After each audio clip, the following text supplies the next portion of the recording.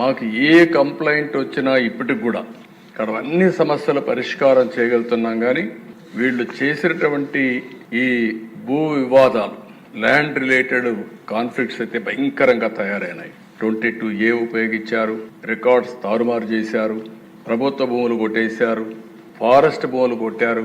ఇవి మామూలుగా ఫారెస్ట్ భూముల దగ్గరికి ఎవరు పోరు, అలాంటివి కూడా జరిగే పరిస్థితి వచ్చింది. అందుకే ఈ ప్రత్యేక చట్టం కూడా గుజరాత్లో చాలా బాగా పనిచేసింది.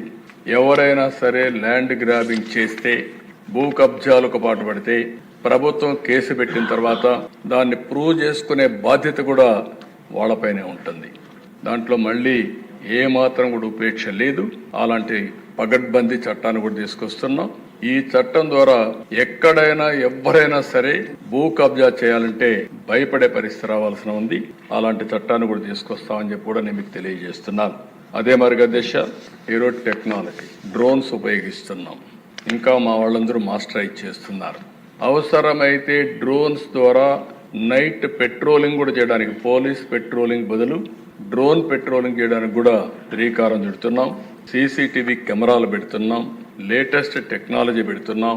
ఒక్కొక్కసారి అధ్యక్ష చాలా మంది కేసుల్లో తప్పించుకుంటున్నారంటే నేరాలు చేయడం, సాక్ష్యాలను తారుమారు చేయడం, తద్వారా పనిష్మెంట్ లేకుండా తప్పించుకునే పరిస్థితికి వస్తున్నారు.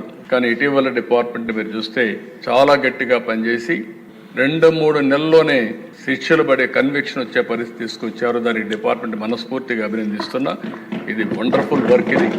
దీన్ని ఇంకా పకడ్బందీగా మనం చేయాల్సిన అవసరం ఉంది. ఇది కూడా చేస్తామని చెప్పి నేను మీకు తెలియజేసుకుంటూ